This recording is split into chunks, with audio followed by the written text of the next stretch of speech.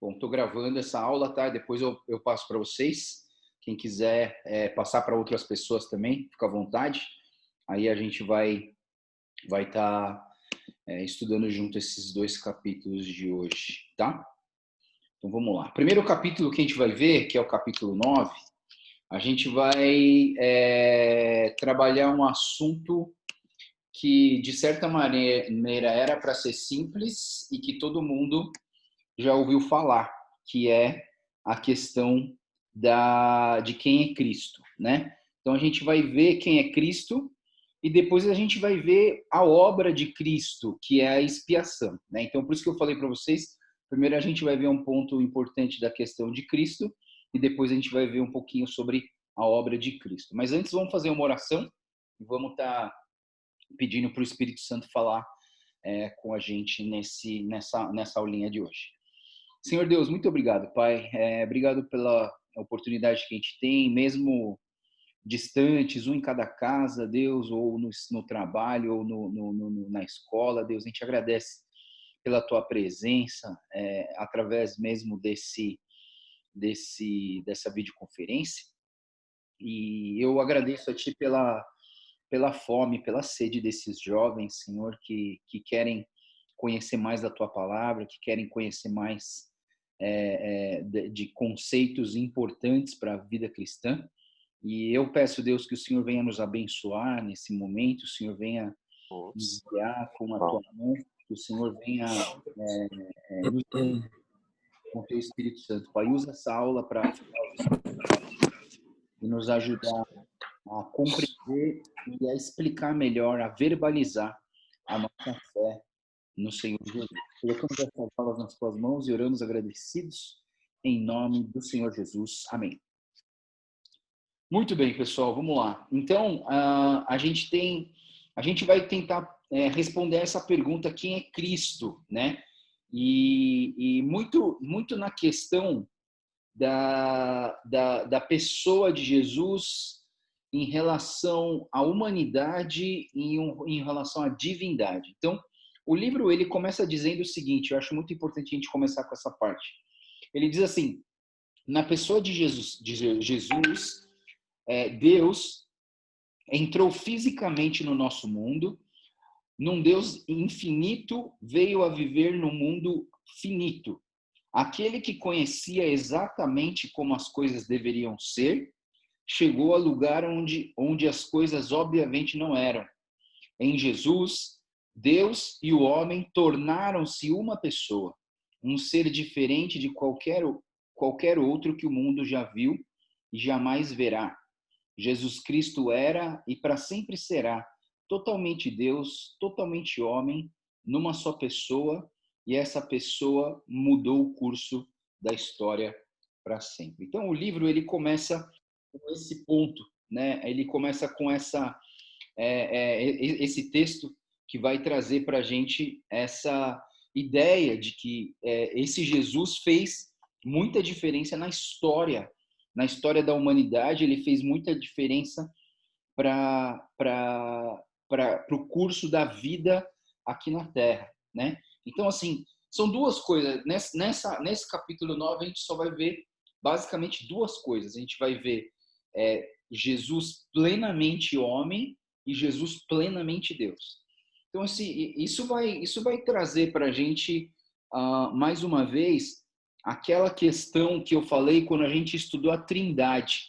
Quando a gente estudou a Trindade, a gente teve um gap, a gente teve um probleminha difícil de se resolver, que eu vou trazer ele daqui a pouco para vocês de novo, tá? Então, Jesus, vamos ver o primeiro ponto, que seria Jesus plenamente homem. A gente faz Jesus plenamente Deus e termina esse capítulo e vai para o próximo, que eu acho que é mais complicado. Jesus plenamente homem, a gente entende que esse Jesus nasceu do útero da sua mãe, concebido por obra do Espírito Santo. Lá em Mateus capítulo 1, 18, ele vai dizer assim: foi assim o nascimento de Jesus Cristo. Maria, sua mãe, estava prometida em casamento a José, mas antes de que se unissem, achou-se grávida pelo Espírito Santo. Né? Então, assim, o Espírito Santo ele fez uma obra na vida de Maria, e a Maria estava grávida, por obra do Espírito Santo, mas ele nasceu do útero de uma mulher. Então ele não nasceu assim do nada, né? Ele não simplesmente estalou o dedo e apareceu Jesus. Não, Jesus ele foi concebido através de uma mulher. Então assim como cada um de vocês nasceu do útero da sua mãe, Jesus também nasceu do útero da mãe dele. Então isso é importante para a gente entender o lado humano de Jesus. Quando a gente olha para Jesus, a gente vê que ele cresceu e se desenvolveu como todos nós. Lá em Lucas 2, 40 e 42, vai dizer: o menino crescia e se fortalecia, enchendo-se de sabedoria e graça de Deus estava sobre ele. Todos os anos, seus pais iam a Jerusalém para a festa da Páscoa. Quando ele completou 12 anos de idade, eles subiram à festa conforme o costume. Então, a gente vê que a gente não tem muitas informações sobre a infância de Jesus, né? A gente não tem muitas informações, aliás, sobre esse bloco de idade do nascimento de Jesus até os seus 30 anos, o começo do ministério. A gente não tem muita informação. E é interessante, eu não sei se você já parou para pensar, por que será que a Bíblia não fala sobre esse período de quase 30 anos da vida de Jesus, onde a gente não sabe como que foi esse período, né? E onde eu entendo, pelo menos assim, a gente vê Deus, a gente vê assim no texto, a gente vê que Deus estava com Jesus, mesmo na sua infância, e quando fala sobre esse completar de 12 anos, eles foram para a festa, e se você ler o versículo 43, você vai ver que a Maria e o José, eles perderam Jesus. Jesus sumiu, e aí eles falaram: cadê Jesus? Aí eles tiveram que voltar para Jerusalém para buscar Jesus, procurar, e Jesus estava conversando com os sacerdotes, né? E aí, assim, o que eu entendo dentro desses 30 anos de vida de Jesus é que Jesus se preparou 30 anos para cumprir 3 anos de ministério. E isso é algo muito importante nas nossas vidas, né? Nós nos preparamos durante tantos anos para algo que talvez não seja tão longo, não seja tão complicado, mas muitas vezes Deus quer moldar o nosso caráter, né? Essa semana, aliás, semana passada eu estava conversando com um grupo de pastores e eles estavam falando assim, o pastor principal falou assim: se você tivesse uma máquina do tempo, o que que você mudaria no seu passado, né? E esse pastor é um pastor bem famoso, né? Ele falou: o que que você mudaria no seu passado? Aí todo mundo começou a falar, não sei o quê. Aí alguém falou para ele assim: e você, pastor, que você mudaria? Aí ele falou assim: ah, eu mudaria meu treinamento na Jocum, eu mudaria que eu não entraria no ministério solteiro, eu entrar, pelo menos eu entrar casado, e outra eu mudaria, não sei o que ele falou, né? Aí eu falei para ele assim: mas se você mudasse essas 3 coisas, você não estaria aí onde você está hoje, né? O que eu quero dizer com isso é que todos o nosso passado, tudo aquilo que a gente já viveu nas nossas vidas, mesmo que para nós pareça falho, pareça insignificante, pareça que não foi assim super essencial na vida, faz de você o que você é hoje.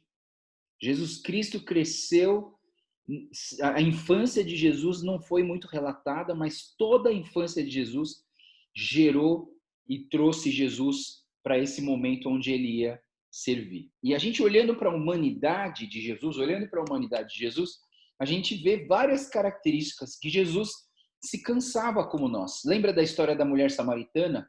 Havia ali um poço de Jacó e Jesus, cansado de viagem, sentou-se à beira do poço e se deu por volta do meio-dia.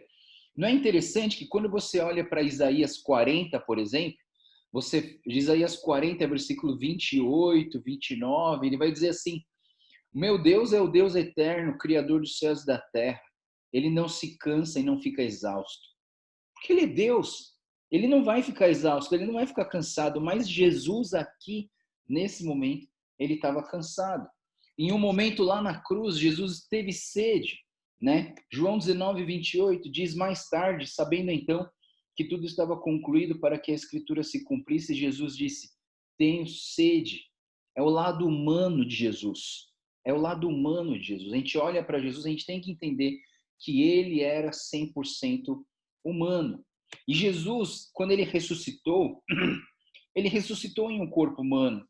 Lá em Lucas 24, ele diz: vejam as minhas mãos, os meus pés, sou eu mesmo, toquem-me e vejam.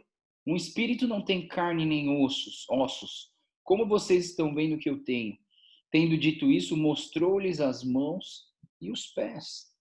O corpo de Jesus ressuscitado era o corpo de um ser humano. E ele está falando exatamente isso. Se eu fosse um espírito, vocês não iam ver meu corpo, né? Então é importante a gente entender que Jesus sim era 100% homem. Então se alguém perguntar para você se Jesus era 100% homem, você vai dizer sim, Jesus era 100% homem. Jesus tinha emoções que nós seres humanos temos. Jesus, ele se admirou da fé do centurião. Jesus chorou quando Lázaro morreu. Jesus orou em alta voz com lágrimas quando ele foi no Getsemane. Naquela última oração de Jesus, ele chorou e ele clamou. Lucas relata que ele soou como gotas de sangue, né? Então é interessante a gente entender que Jesus tinha um lado humano. A única coisa que Jesus não tinha e que nós temos é pecado. Então, uma coisa interessante que a gente precisa entender é essa questão do pecado, porque Jesus não tinha pecado.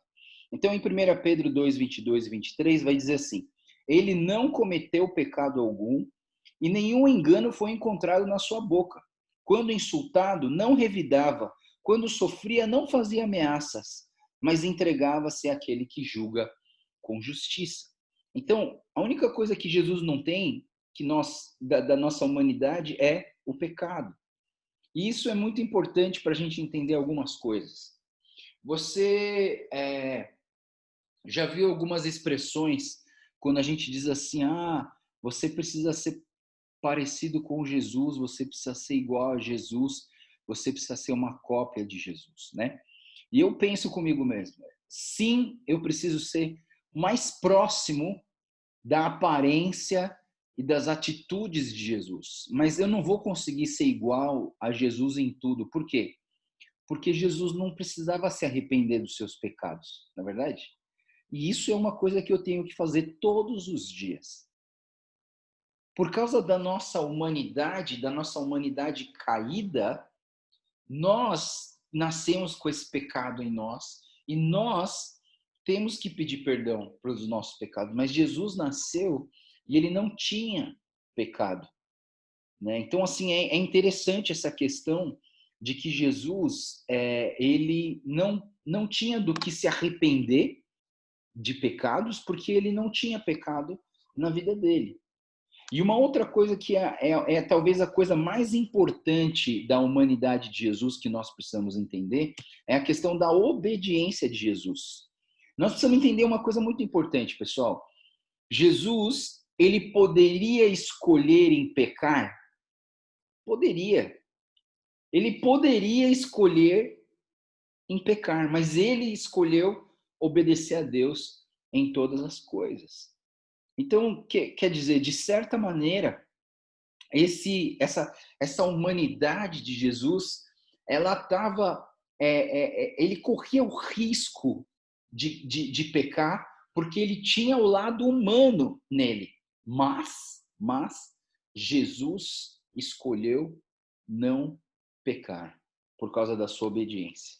Já o primeiro homem criado no mundo, que era Adão, ele também tinha essa pureza, ele também tinha essa humanidade divina de Deus, e ele escolheu o pecado. Então, Romanos capítulo 5, ele vai dizer assim: consequentemente, assim como uma só transgressão resultou na condenação de todos os homens, assim também um só ato de justiça resultou na justificação que traz vida a todos os homens, né? Então, assim, logo assim, por meio da desobediência de um, só homem, muitos foram feitos pecadores, assim também, por meio da obediência de um único homem, muitos serão feitos justos. Então, é importante a gente entender essa dinâmica de que a importância da obediência de Jesus, né? E dentro da sua humanidade, Jesus, ele escolheu ser obediente. Então, Jesus tinha que ser obediente como ser humano para que ele pudesse completar a obra do sacrifício da salvação pelas nossas vidas, né? Então, Jesus tinha que ser humano para pagar pelos nossos pecados. Lá em Hebreus, capítulo 2, versículo 17, diz: por essa razão era necessário que ele se tornasse semelhante aos seus irmãos em todos os aspectos, para se tornar sumo sacerdote, misericordioso e fiel com relação a Deus e fazer propiciação dos pecados para o povo. A gente vai usar esse versículo no próximo capítulo, pessoal. Tá? Então, assim, é importante você entender o lado humano de Jesus. Se Jesus não fosse um ser humano, ele não poderia pagar pelos pecados. Você entende que se o cara é 100% Deus e ele toma uma facada, tipo, não vai doer, na verdade, porque o cara é Deus. O cara não vai sentir. Mas todo o pecado precisava ser pago sobre a humanidade de Jesus Cristo, né? Então, a grande pergunta que fica nesse pensamento seria assim, então, naquele momento da cruz, Jesus morreu pelos pecados como ser humano ou como Deus? Essa é uma pergunta que frita o cérebro, pessoal, para fritar o cérebro. Quando Jesus morreu naquela cruz, ele morreu como ser humano ou como Deus, ou os dois? Vamos ver se até o final a gente consegue pensar junto nesse aspecto, tá? Então, o segundo ponto desse capítulo é muito simples, né? Jesus plenamente Deus. Primeiro a gente viu Jesus plenamente humano e agora a gente vai ver Jesus plenamente Deus. Jesus é totalmente Deus. Então, eu estou falando, Jesus é totalmente humano, Jesus é totalmente Deus. Colossenses 2,9 diz assim, pois em Cristo habita corporalmente toda a plenitude da divindade. Então, assim, a plenitude seria o completo, o absoluto da divindade, do ser Deus, estava em Jesus Cristo. Sabe, eu li um texto que dizia que acho que mais de 6.000 vezes, não, será que é tudo isso? Mais de 600 vezes ou 6.000 vezes? Calma aí, deixa eu ver.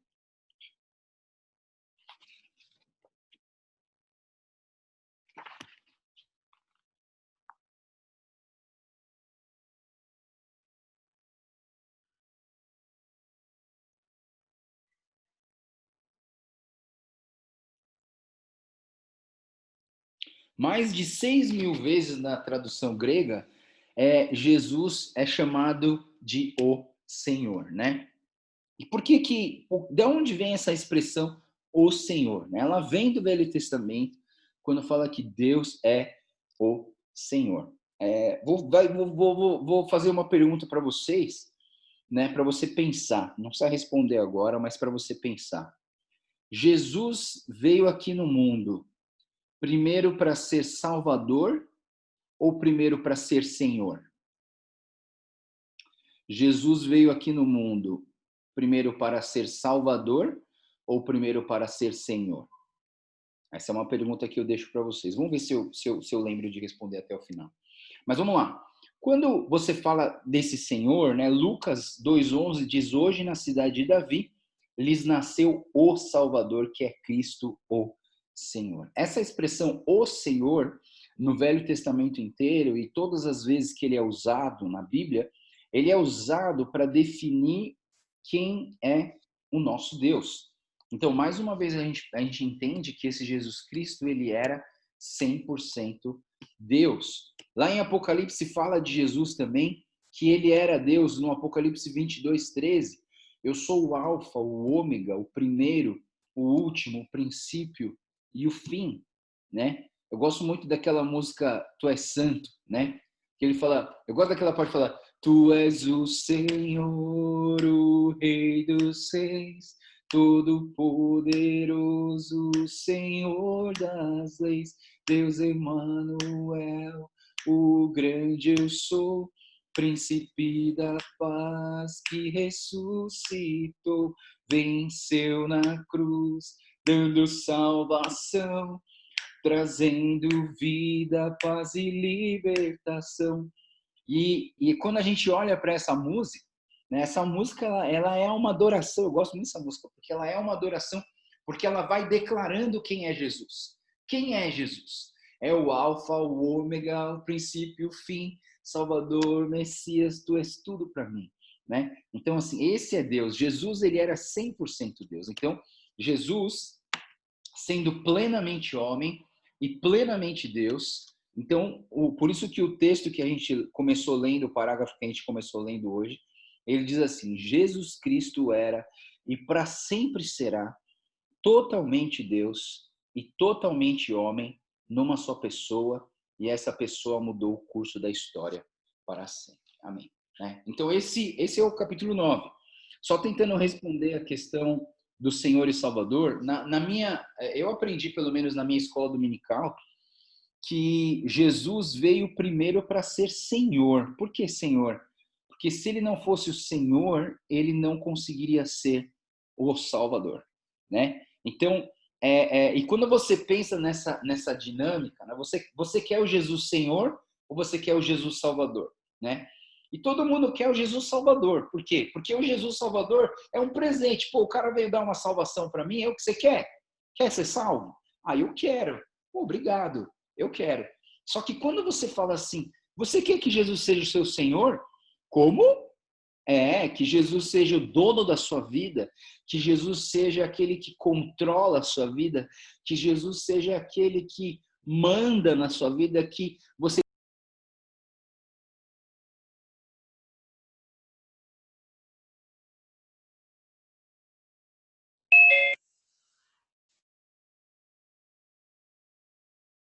Oi, galera, eu acho que eu tinha caído, né? Eu voltei já, eu acho, né? Cadê a imagem de vocês para eu saber se vocês estão me ouvindo?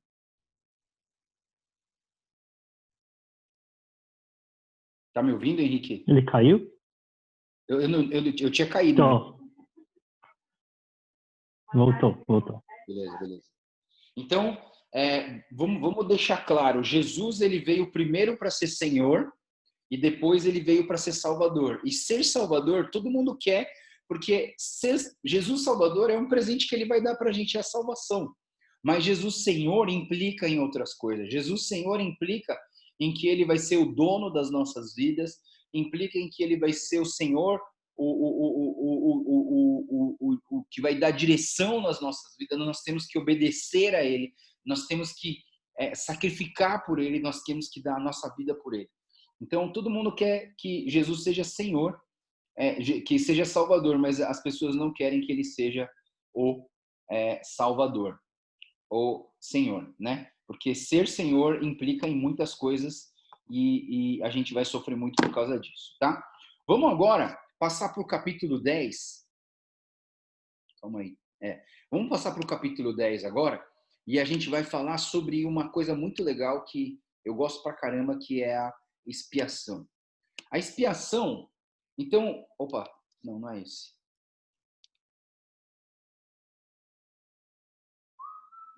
Calma aí, vou achar onde que eu tô.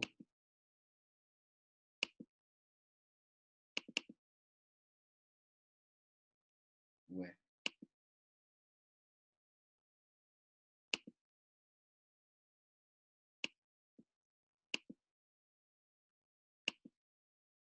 Parece, amigão.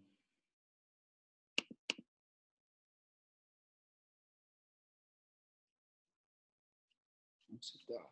Aí. Como? Deixa eu ver. Vocês conseguem ver aí, expiação? Consegue ver? Dá para ver que é expiação, beleza? Vamos lá. Então, a gente vai falar sobre a expiação agora, que seria a obra de Jesus Cristo, né? Vamos entender um pouquinho o que que é expiação.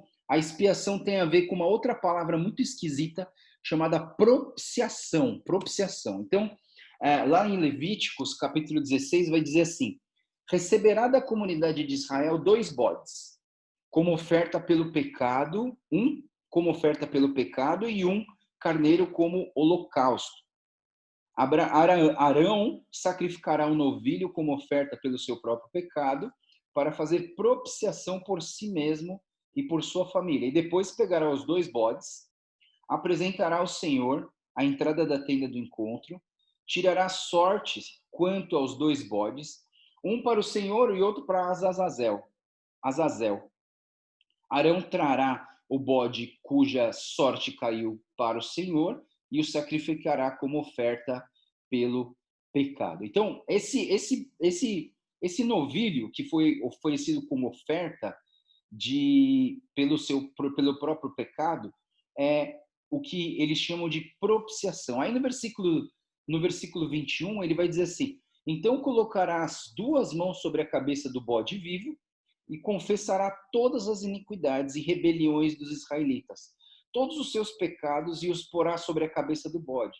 E em seguida enviará o bode para o deserto aos cuidados de um homem designado para isso. O bode levará consigo todas as iniquidades deles para um lugar solitário, e o homem soltará o bode no deserto. O que quer dizer isso? Né? Então, assim, a gente vai falar sobre a obra da expiação. Né? O que é a expiação? A expiação, definindo a palavra expiação, a expiação é o que? É a penitência, é o cumprimento de uma pena. Então, assim, para os pecados do Arão, para os pecados do povo de Israel serem perdoados, era necessário o cumprimento de uma pena, né? Toda vez que você faz uma coisa de errada, você merece uma pena, né? Se você não estudar na sua escola, você merece a pena da repetência. Ou se você fazer uma coisa errada para os seus pais, você merece um castigo, e assim por diante. Tudo que a gente tem, tudo na nossa vida tem essas consequências, e o pecado também tem as consequências. Então, a expiação é esse cumprimento da pena.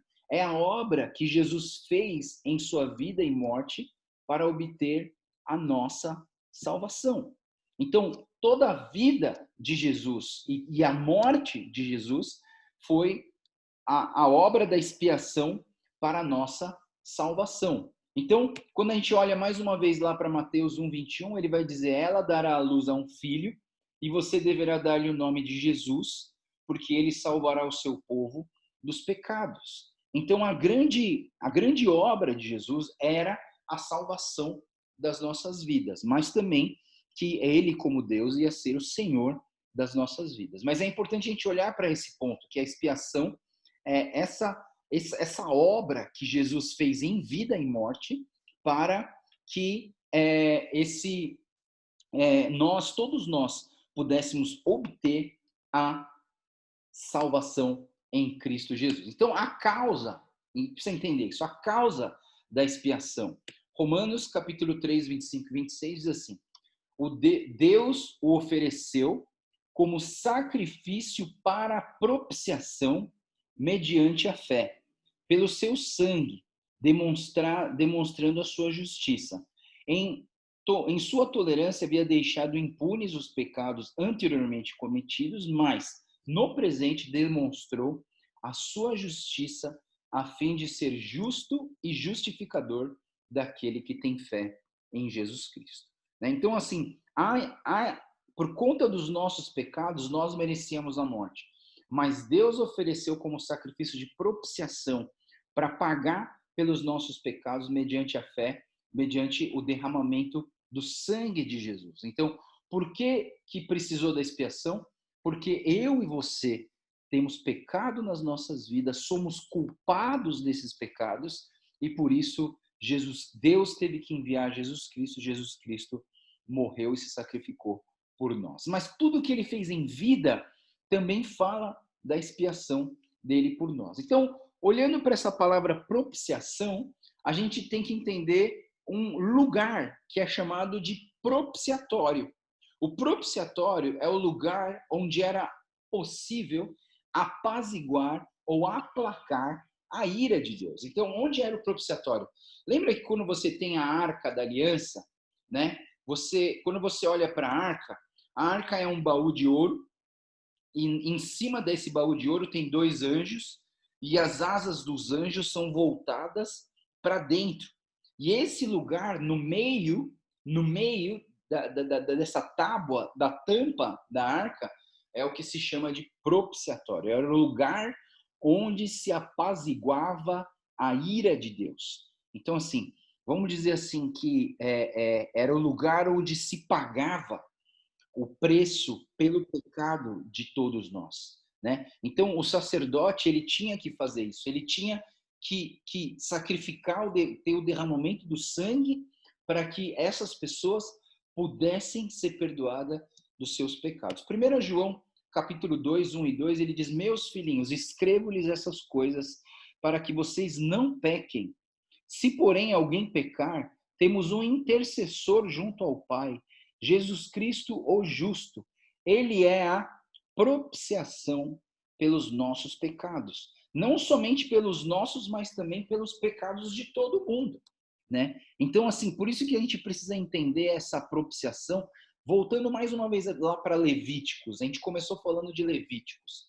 Em Levíticos, o Arão, ele pediu perdão pelo pecado dele, mas depois ele pediu perdão pelo pecado de todos os israelitas que tinham cometido pecado, né? Então, assim, Jesus Cristo foi essa propiciação, ele foi o cordeiro morto que venceu o pecado nas nossas vidas, a condenação, ele venceu a condenação. Jesus Cristo é o intercessor, é o nosso intercessor, que ele está falando para Deus: Deus, por favor, não mata o Nicolas, não. Eu sei que o Nicolas é meio pecador, mas assim, ele já está justificado pelo sangue de Jesus, ele deu a vida dele para Jesus, então, oh Deus, não fulmina a vida do Nicolas, não, porque ele está buscando essa vida de santidade. Então, Jesus, ele é o nosso intercessor, ele é a nossa propiciação, ele pagou o preço pelas nossas vidas. 1 João 4, 10 diz: nisso consiste o amor, não em que nós tenhamos amado a Deus, mas que ele nos amou primeiro e enviou seu Filho como propiciação pelos nossos pecados. Olha só, quantas vezes a gente vê essa palavra propiciação e a gente não entendia muito a propiciação, mas hoje eu quero que você saia dessa aula entendendo o que é propiciação e o que é expiação. A propiciação vem da palavra propiciatório, que é o lugar onde se sacrificava o cordeiro para que esse cordeiro, o sangue dele, fosse derramado para pagar pelos nossos pecados. Então, por isso que a gente fala que Jesus Cristo é a propiciação. Existe uma necessidade, a necessidade da expiação, né? O livro diz assim: embora não fosse obrigatório para Deus salvar qualquer pessoa, em seu amor ele escolheu salvar alguns. Ele diz: a justiça de Deus tornou necessária que Cristo viesse e morresse na cruz. Essa primeira frase aqui, pessoal, a gente vai ter um dia que a gente vai trabalhar uma questão chamada eleição.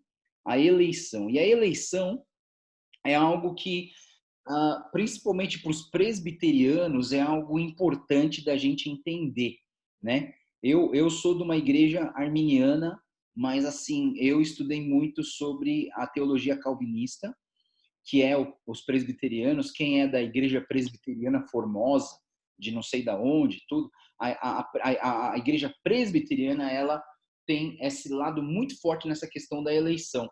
E esse texto, olha só esse primeiro quadradinho aqui: embora não fosse obrigatório para Deus salvar qualquer pessoa, em seu amor ele escolheu salvar alguns. A gente vai voltar para esse assunto. Esse assunto é bem legal, mas a gente vai precisar de um tempão para discutir essa questão da eleição e por que Jesus já decidiu quem vai ser salvo e quem não vai ser salvo, né? E Jesus já sabe quem são essas pessoas, né? E aí, por que será que Deus não deixou as pessoas livres para escolher o caminho e já está tudo determinado quem vai ser salvo, quem não vai ser salvo. Isso aqui a gente vai trabalhar daqui a pouco, tá, pessoal? A princípio, vamos entender. Existe uma necessidade porque que nós precisamos da expiação. Não deveria Cristo sofrer essas coisas para entrar na sua glória? Né? A pergunta de Lucas, quando Jesus está no caminho de Emaús, e ele está conversando com os discípulos que estão tristes porque Jesus tinha morrido, e Jesus aparece ressurreto conversando com aqueles dois discípulos no caminho de Emaús, e eles falam, poxa, você não sabe que Jesus morreu, tal, assim, ele era o Messias. E Jesus fala, não devia Cristo sofrer essas coisas para entrar na sua glória? Então, é algo que, a expiação é algo que tinha que acontecer para que as promessas de Deus fossem cumpridas também. Então, é importante a gente entender essa questão da necessidade da propiciação. Jesus, ele sabia que não havia outra maneira de salvar a humanidade senão morrendo em nosso lugar. Não existia outro. Por quê? Porque, lembra, quando a gente fala do propiciatório, para que o perdão pudesse ser, a penitência, o pecado pudesse ser pago, o sangue precisava ser derramado. E por que a gente não mata mais nenhum cordeiro hoje? Por que a gente não pega um animal, leva para a igreja e sacrifica? Por quê? Porque Jesus Cristo foi o último cordeiro. Jesus foi a propiciação, o resultado, aquele que conseguiu pagar por todos os nossos pecados. Então, em Hebreus 10, 4, diz, pois é impossível que o sangue de touros e bodes tire o pecado. Sim, ele não conseguia fazer a obra completa, os sacrifícios. Não por meio de sangue de bodes e novilhos, mas pelo seu próprio sangue. Ele entrou no Santo dos Santos, de uma vez por todas, e obteve a eterna redenção. Essa semana, domingo passado, lá na minha igreja, a gente batizou 15 pessoas, né? E essa semana eu estou conversando com todos os batizandos para ver como eles estão, e um deles falou assim, nossa, pastor, agora para mim faz sentido aquela música Jesus em Tua Presença, quando fala, o véu que separava já não separa mais, né? Por quê? Porque o véu separava o santo dos santos, que era um lugar onde só uma pessoa sem pecado poderia entrar.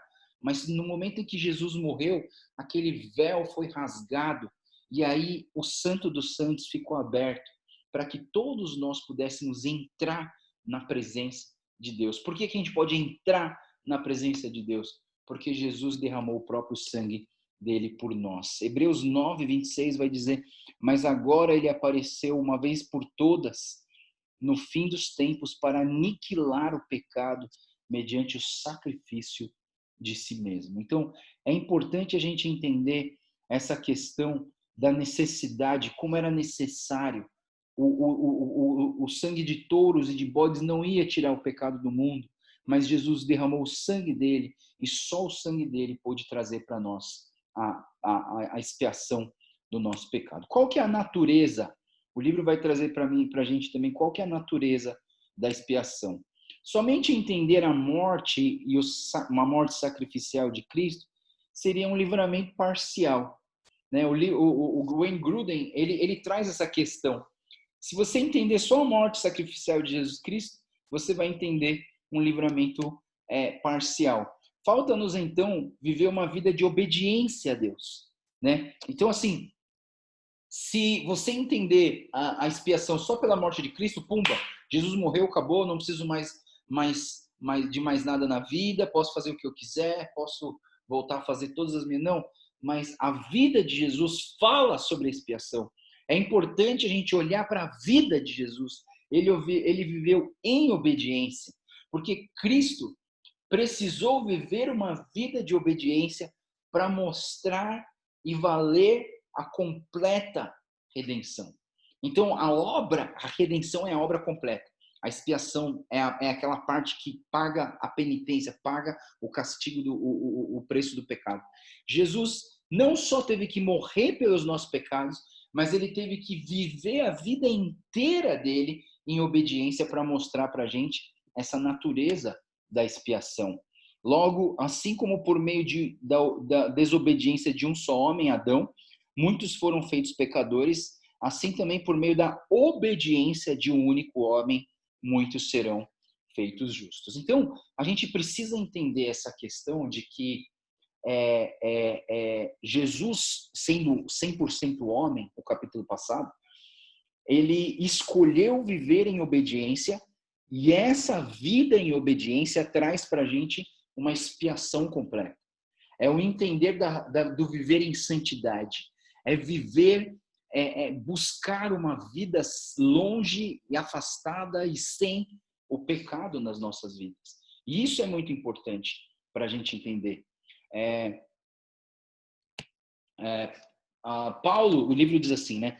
Paulo não conta como a sua não conta com a sua própria justiça, mas com a justiça que vem mediante a fé em Cristo Jesus.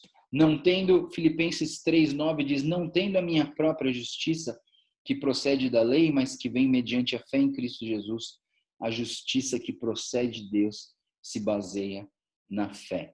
Então, assim, a gente vai ter um capítulo falando sobre a justificação, a gente vai entender um pouco melhor sobre essa questão da justiça, mas é importante a gente entender que a obra de Jesus Cristo, a justiça de Jesus Cristo foi feita, o sangue de Jesus foi derramado para que nós pudéssemos nos tornar justos. Então, 1 Coríntios 1, ele vai dizer assim, porém, por iniciativa dele, que vocês estão em Cristo Jesus, o qual se tornou sabedoria de Deus para nós. Isso é justiça, santidade e redenção, para que, como está escrito, quem se gloriar, glorie-se no Senhor. Então, é justiça por quê? Porque legalmente, o seu nome estava na lista de condenados pelo pecado, por causa do pecado nas nossas vidas. Mas a justiça de Deus fez com que o nosso nome fosse riscado daquela lista de condenados à morte, e Jesus nos trouxe pela justiça para o nosso nome ser escrito no livro da vida. Então, a justiça de Deus é algo extremamente importante, mas também a santidade. Jesus viveu em obediência, ele buscou uma vida sem pecado e ele conseguiu viver a vida sem pecado. É o que nós também precisamos fazer. E isso traz o quê? A redenção das nossas vidas, que é a obra completa, né? Então, a gente entende o quê? Que Jesus teve uma vida de sofrimento. Jesus sofreu ataques de Satanás, Jesus sofreu oposição dos pecadores, Jesus sofreu a perda do seu amigo Lázaro. Então, assim, Jesus, nesse processo, ele sofreu também. E 1 Pedro 2,24 diz que ele mesmo levou em seu corpo os nossos pecados sobre o madeiro, a fim de que morrêssemos para os pecados e vivêssemos para a justiça. Por suas feridas vocês foram curados. Então, resumindo essa questão da justiça, resumindo a expiação e o propósito da expiação, a gente entende que Jesus tornou-se pecado por nós. Deus tornou pecado por nós aquele que não tinha pecado, para que nele nos tornássemos justiça de Deus. Jesus não só se tornou pecado por nós, mas ele tornou-se maldição por nós. Cristo nos redimiu da maldição da lei quando se tornou maldição em nosso lugar, pois está escrito: maldito todo aquele que for pendurado no madeiro. Então Jesus se fez maldição por nós e Jesus enfrentou sozinho todas essas coisas, né? Na hora H, os discípulos, eles abandonaram Jesus. E assim, quando você vê a morte de Jesus, Jesus na cruz, ele diz, lama sabachthani, quando ele fala lama sabachthani, ele está falando o quê? Deus, Pai, por que me abandonaste? E Deus precisou abandonar o Filho para cumprir com a justiça. Então, quando Deus, na sua ira, no seu pagamento pelo pecado, ele teve que derramar toda a sua ira sobre a vida do seu Filho. Para quê? Para que você e eu pudéssemos experimentar a salvação em Cristo Jesus, para que você e eu pudéssemos ser perdoados dos nossos pecados e das nossas iniquidades. Então, Jesus suportou tudo na cruz por nós. Hebreus 9 diz assim: se assim fosse, Cristo precisaria sofrer muitas vezes desde o começo do mundo, mas agora ele apareceu uma vez por todas no fim dos tempos para aniquilar o pecado mediante o sacrifício de si mesmos. Então Jesus, ele se fez pecado por nós e ele suportou a cruz para que nós pudéssemos ter vida. Então, qual foi o resultado da expiação? O resultado da expiação em Colossenses 1:13 diz assim: pois ele nos resgatou do domínio das trevas e nos transportou para o reino do seu Filho amado, em quem nós temos a redenção, a saber, o perdão dos nossos pecados. Então, o resultado de tudo isso, desse sacrifício de Jesus, foi que ele nos resgatou, ele tirou a gente do domínio das trevas e ele nos transportou para o reino do seu Filho amado, onde nós temos o quê? A redenção, o perdão dos nossos pecados. Essa foi a obra de Jesus Cristo. Jesus Cristo, ele era 100% homem, 100% Deus, mas a obra de Jesus Cristo aqui na Terra era a expiação. Então, de certa maneira, dentro da humanidade de Jesus, ele tinha toda a possibilidade de errar, mas ele decidiu ser obediente, obediente até a morte e morte de cruz. Né? Esse é o nosso Deus, esse é o nosso Jesus Cristo que morreu na cruz por nós. Amém? Beleza, pessoal, essa é a nossa aula de hoje e eu queria então ver com vocês aí, abre seu microfone, se você tem alguma dúvida, alguma coisa ficou meio obscura, abre o seu microfone e fala agora.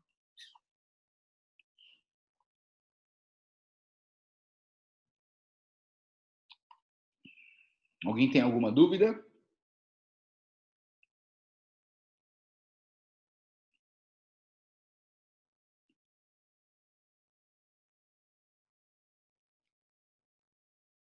Não?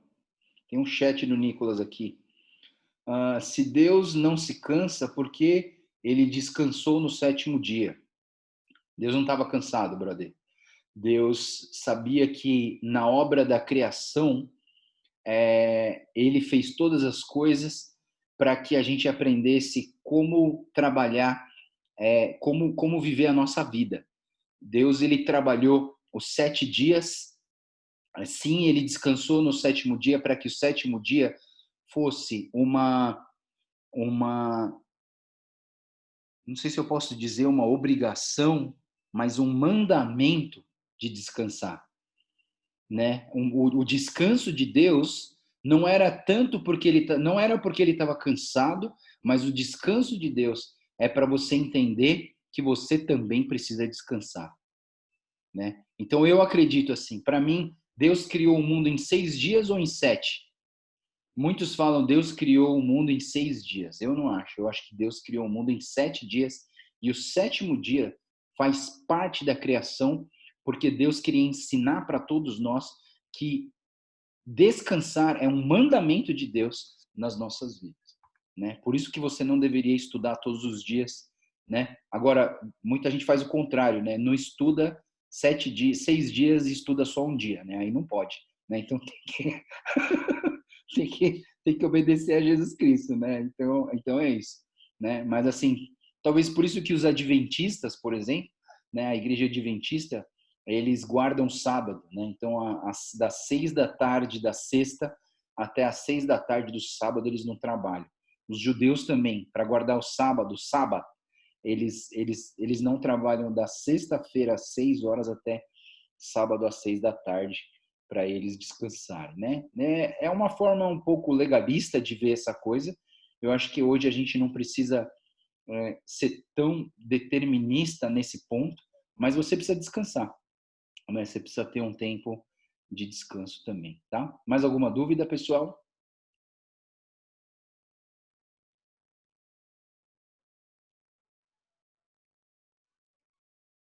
Pode escrever no chat aí, tá? Deixa eu só colocar um outro ponto que eu tinha falado para vocês sobre a questão da humanidade de Jesus Cristo em relação à cruz e em relação à trindade de Deus, né? Então, assim, Deus, ele é um Deus trino, Deus Pai, Deus Filho, Deus Espírito Santo. Quando Jesus Cristo morreu na cruz, houve uma quebra,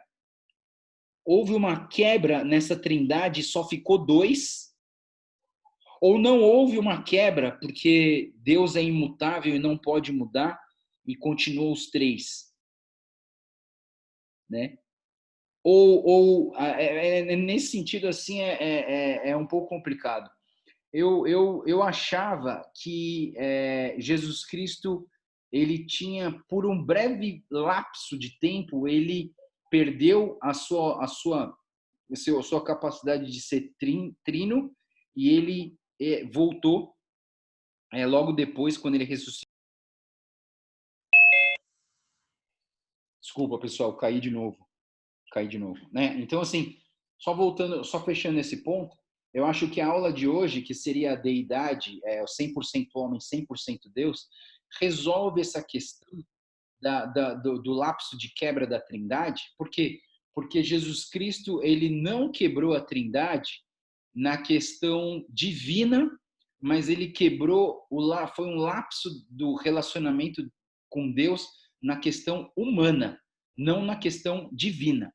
Então, na questão divina, ele continua sendo trino e ele nunca deixou de ser trino, porque ele é imutável, não poderia mudar essa característica básica de Deus ser trino, né? Então, assim, Jesus Cristo foi sim abandonado pelo Pai no sentido humano de Jesus Cristo, e como ser humano, ele teve que pagar por todos os seus pecados. Desculpa, alguém mandou uma pergunta, só que apagou quando deu uma desligada aqui no meu Zoom. Eu acho que era o Davi que fez uma pergunta, né, Davi? Eu não sei. Alguém fez uma pergunta aqui no chat. Pode fazer de novo para mim, por favor?